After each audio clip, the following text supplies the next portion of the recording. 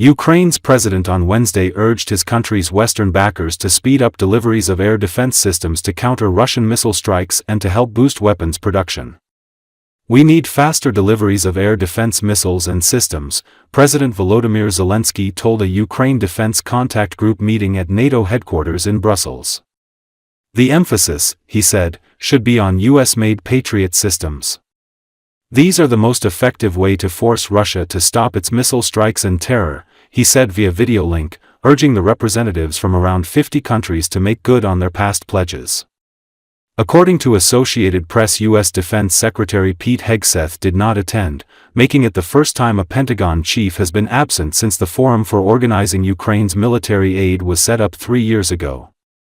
His absence is the latest in a series of steps that Washington has taken to distance itself from Ukraine's efforts to repel Russia's full-scale invasion, which began on February 24, 2022. More than 12,000 Ukrainian civilians have been killed, according to UN estimates, as well as tens of thousands of soldiers on both sides.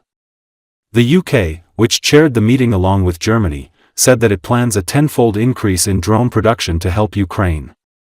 Drones have become a decisive factor in the war, now in its 4th year. "We must ensure that Ukraine's forces have what they need, when they need it, to continue their fight. But this is not just Ukraine's battle. It's a battle for the security of Europe, for our security today, tomorrow, and for our future generations," UK Defense Secretary John Healey said. "To honor all Ukrainian children and all our people, civilians and soldiers whose lives have been taken by this war."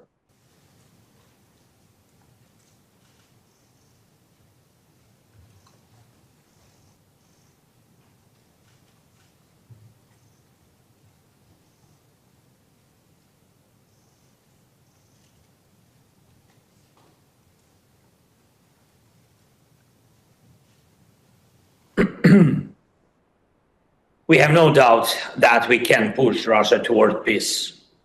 But for that, we must continue to pressure Moscow with all available tools and step by step make its aggression meaningless. First, air defense. The stronger our air defense is, the less value Putin sees in attacking our cities and villages. So please, let's continue strengthening our air shield. I thank every leader, every country, and each of you who is already helping. But you also know we need faster deliveries of air defense missiles and systems. Our team has provided clear data on the number of systems we need, especially Patriot systems. And these are the most effective way to force Russia to stop its missile strikes and terror. We honor the memory of the Ukrainian children who were killed. I think we must not allow Russia to blur reality or mislead the world. Moscow must be forced into diplomacy. We need ceasefire. We need real peace.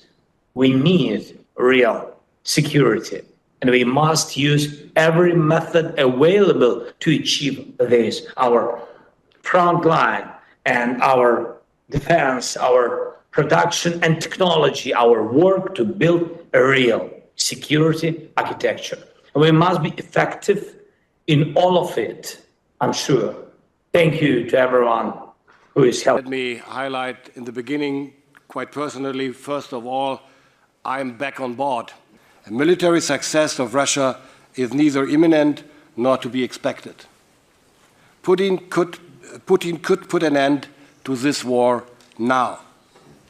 However, Moscow has made it clear that it is unwilling to find a peaceful solution, continuing to insist on its maximum demands while continuing hostilities on every level.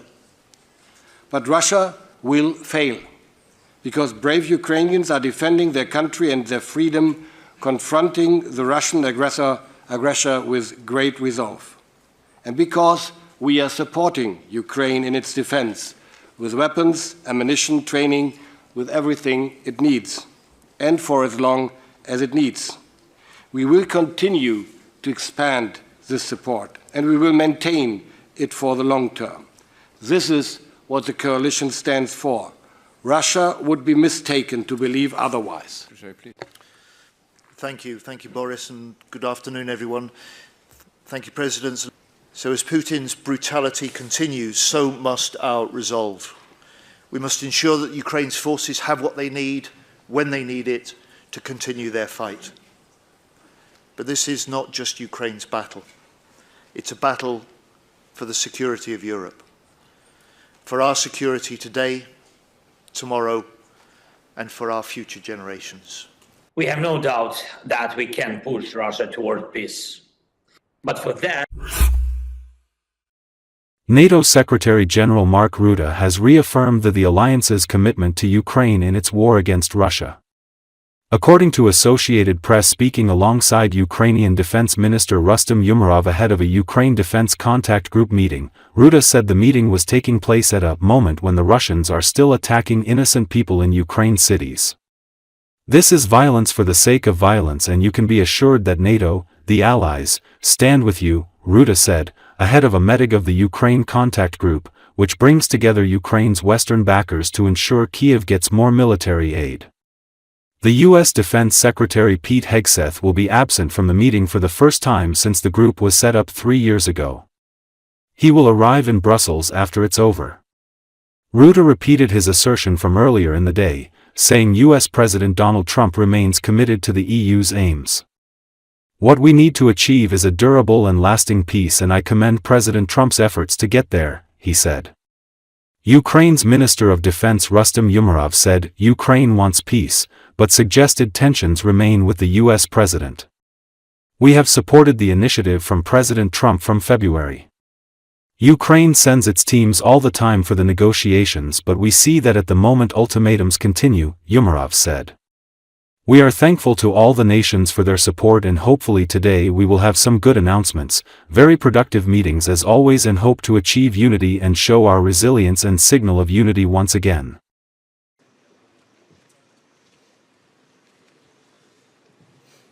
Rustem, warm welcome again to NATO headquarters. We will have today our Ukraine Defense Contact Group with many ministers attending.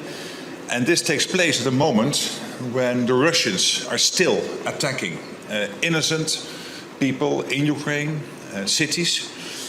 This is violence for the sake of violence. And you can be assured that NATO, the allies, stand with you to continue the support for Ukraine through our command in Wiesbaden. We are capturing all the lessons through our joint. What we need to achieve is a durable and lasting peace. And I commend President Trump's efforts to get there. I'm so glad that you are personally and also your senior colleagues involved in bringing this conflict to a durable end. And let's pray that we will get there as soon as possible. But in the meantime, making sure that you have what you need to stay in the fight and to make sure that whenever it ends, that Putin will know that he should never, ever again try to attack Ukraine. So again, thank you so much. Thank you. Thank you, Mark. Thank you. Ukraine wants peace. We have supported the initiative of President Trump from February.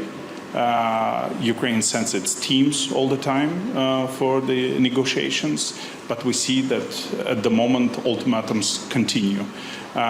We're thankful to all the nations for the support, and hopefully today we will have some good announcements, very productive meetings as always, and hope to achieve unity and show our resilience and signal of unity once again.